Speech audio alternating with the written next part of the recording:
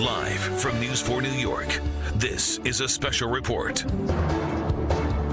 Hello, I'm Natalie Pasquarello. We have an update now on that breaking news of the deadly mass shooting in Midtown Manhattan. We want to take you to the NYPD press conference that is starting right now. Let's listen in.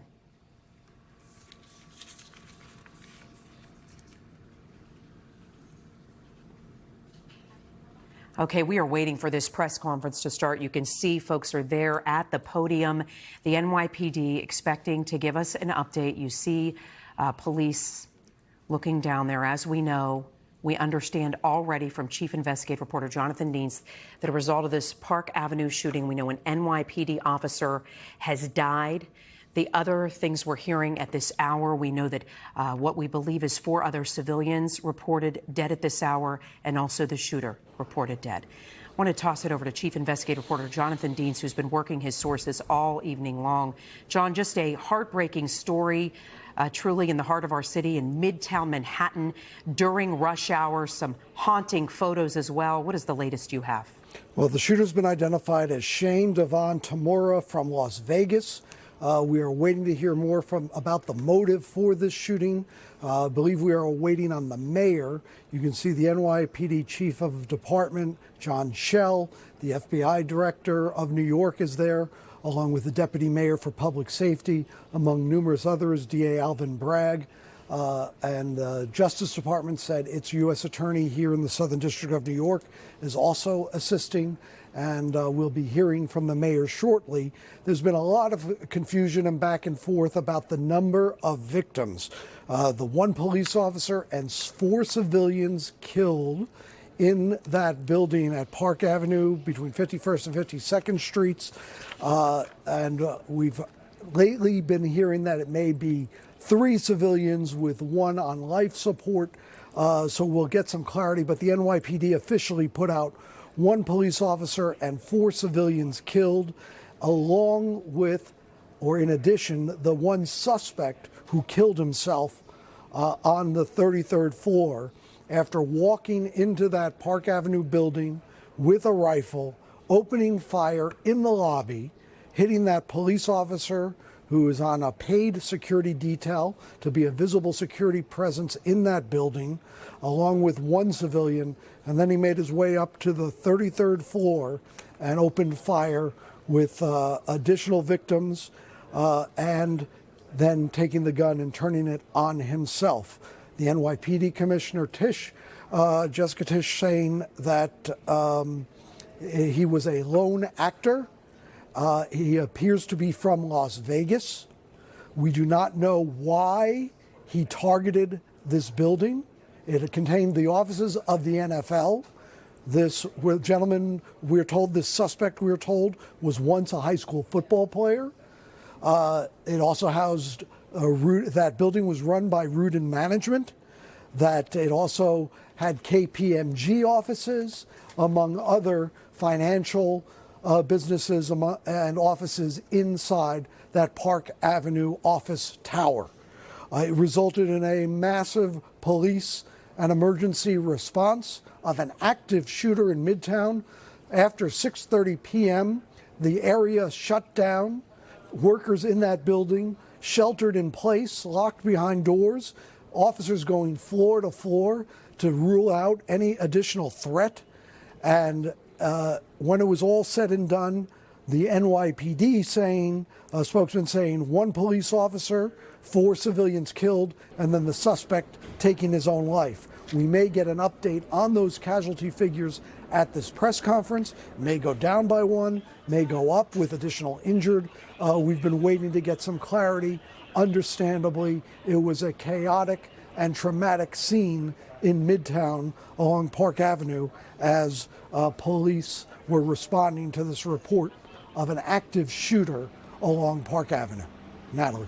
Well, John, chaotic indeed. You know, we looked at that stunning photo. It appeared to have the suspect walking with the assault rifle in his hand, wearing what looked to be just normal work attire, walking, there it is right there, there's the photo, walking through the streets of our city. You know, we're all used to the hustle and bustle in Midtown Manhattan. You can only imagine if people spotted him like that for however long, or where exactly, how far he went to walk into the building.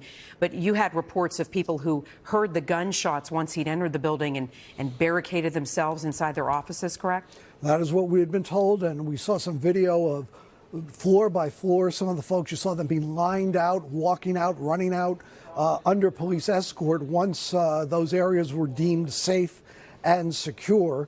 There's also a photo, I don't know if we can pull it up, of the 33rd floor where the gunman was later found deceased. We've blurred it. Okay, we do have Mayor Adams walking to the podium. Let's listen in.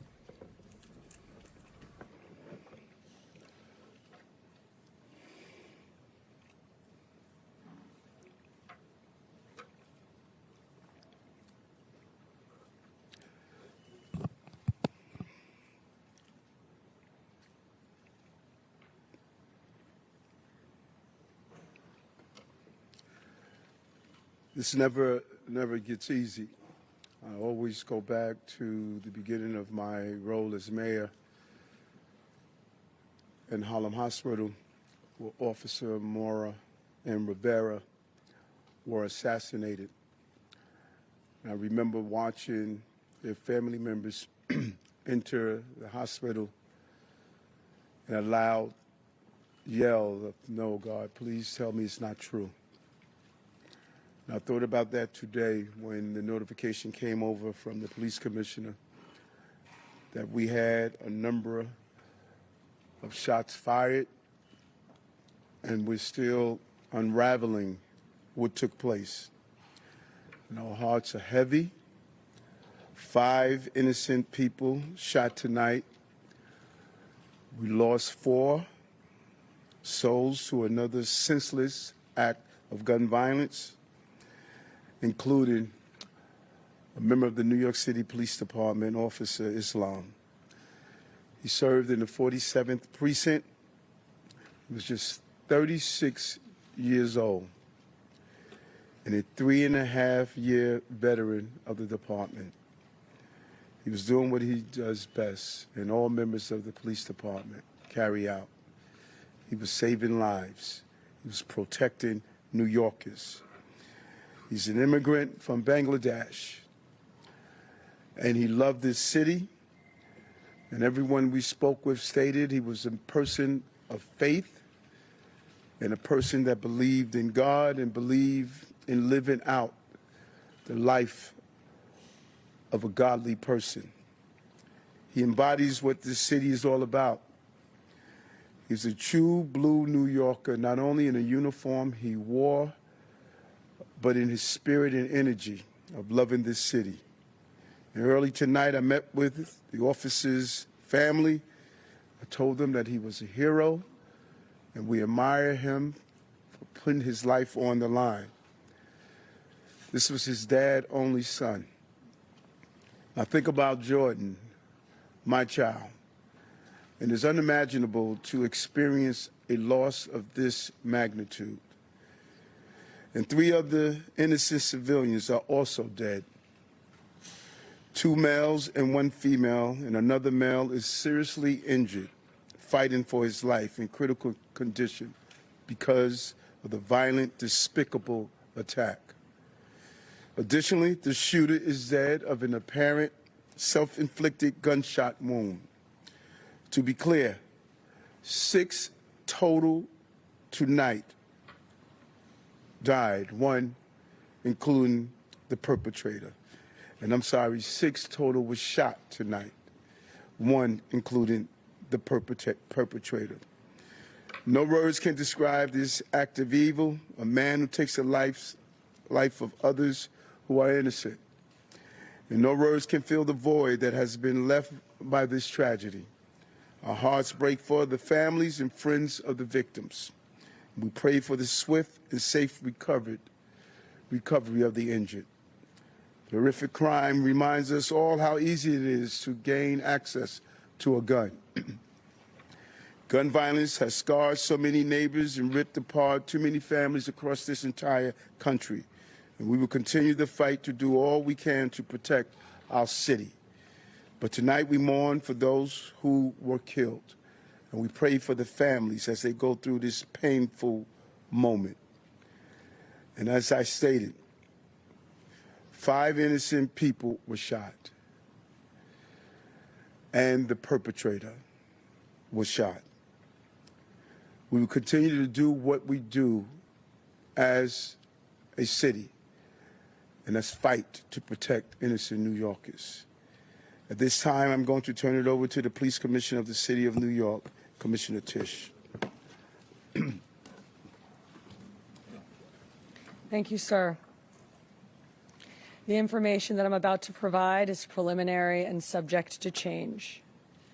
At 6:28 p.m., the 911 call center started receiving multiple 911 calls for an active shooter inside of 345 Park Avenue at 52nd Street in Manhattan. What happened next is under an active investigation, and details are still coming in, but here's what we know so far. Surveillance video shows a male exit a double-parked black BMW on Park Avenue between 51st and 52nd Streets, carrying an M4 rifle in his right hand. He walks towards the building's entrance. That individual was seen exiting the BMW alone. The building's security camera footage shows the shooter enter the lobby, turn right, and immediately open fire on an NYPD officer. He then shoots a woman who took cover behind a pillar and proceeds through the lobby, spraying it with gunfire. He makes his way to the elevator bank, where he shoots a security guard who was taking cover behind the security desk.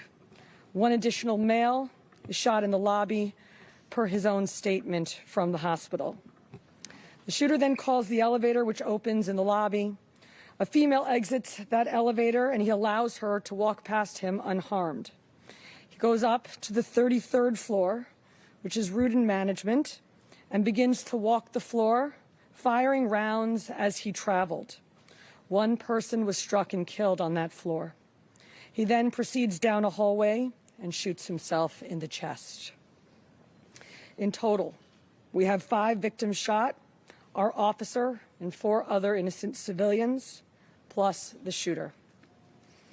The shooter is believed to be Shane Tamura, a 27-year-old male with a Las Vegas address. The vehicle he exited is registered in Nevada to Mr. Tamura.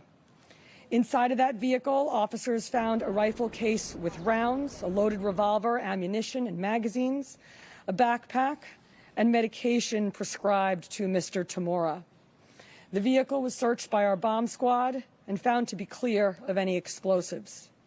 The initial investigation shows that Mr. Tamura's vehicle traveled cross-country through Colorado on July 26th, then Nebraska and Iowa on July 27th, and then in Columbia, New Jersey, as recently as 4:24 p.m. today.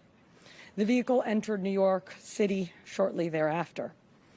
According to our law enforcement partners in Las Vegas, Mr. Tamura has a documented mental health history.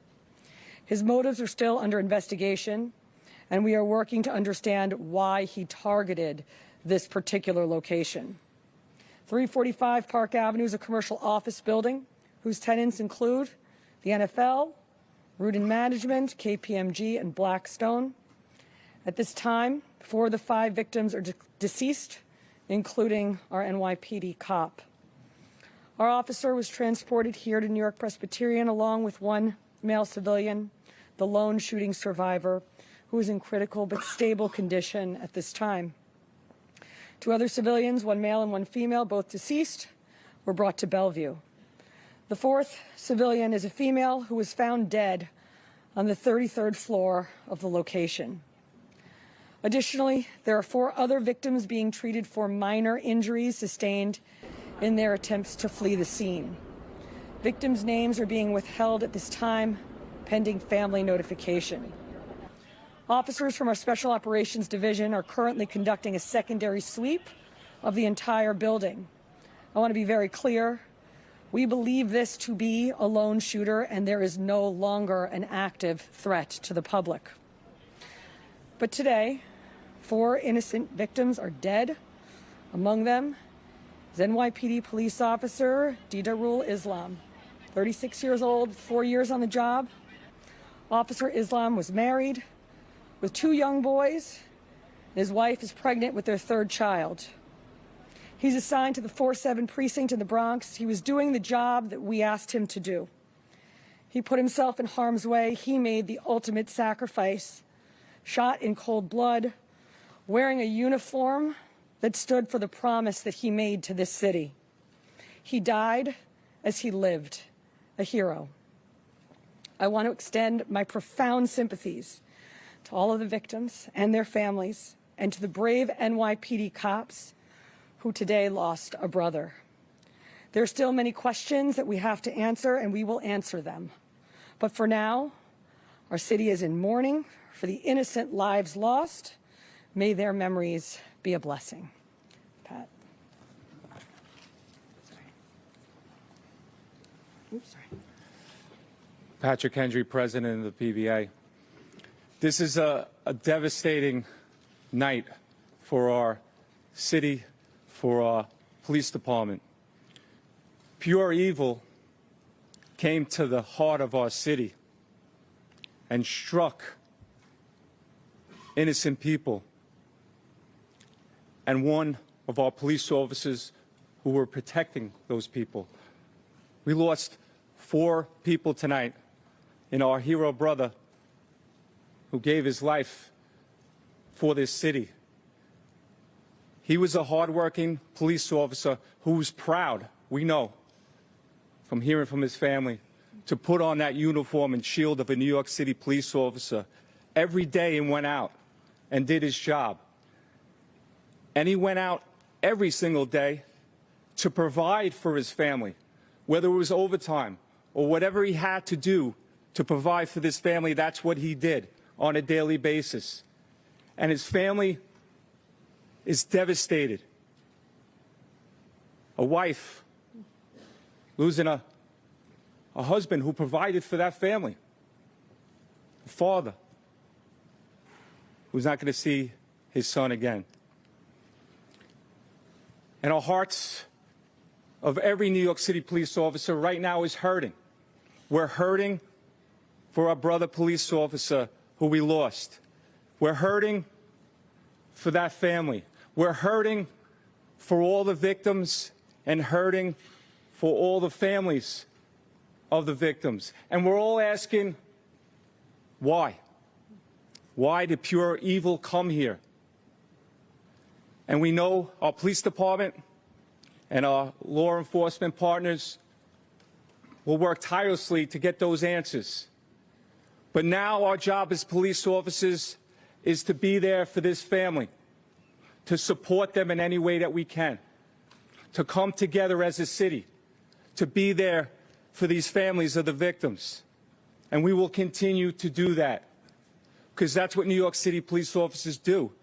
And we're going to continue as police officers to go out and protect this city, because we know that evil can strike at any time. But police officers are willing to risk their lives to protect everyone in this room and protect everyone in this city. So we ask all New Yorkers to pray for our police officers' family, to pray for all the victims and their families. And we need to stand united going forward. We thank you for covering this story. Yeah, we are also joined by our federal partners from the ATF and the FBI. I want to give an opportunity to our partner in the FBI, a special agent in charge of the New York City Fields Office, Chris Rea. Thank you, Mayor. First off, on behalf of all the men and women of the FBI, I'd like to extend my deepest condolences to the victims of this senseless tragedy. And also personally, I want to extend my condolences to the police commissioner, And just please know, ma'am and Mr. Mayor, that you have the full force of FBI New York and the full force of FBI to get to the bottom of the answers. Upon learning of the incident this evening, FBI agents immediately deployed to the scene to assist our NYPD partners. While this remains an NYPD investigation, the FBI's New York office stands ready to provide any and all resources to assist our partners. Initial checks of our internal systems have not revealed any information about the subject. But when and if more information becomes available, we will share what we can, when we can, with the public. Thank you.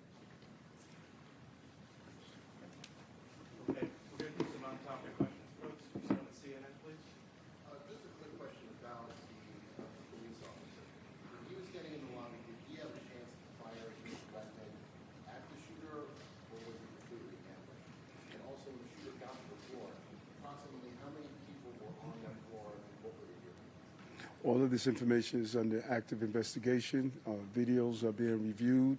And as this investigation continues to unfold, we'll be able to answer those questions. But right now, it's an active investigation. Commissioner, if you could just talk about, he was working the day detail there. People who might not know what that means. And was he the only officer working that day detail there? I believe that there were 2 officers in the building working pay detail assignments in different parts of the building.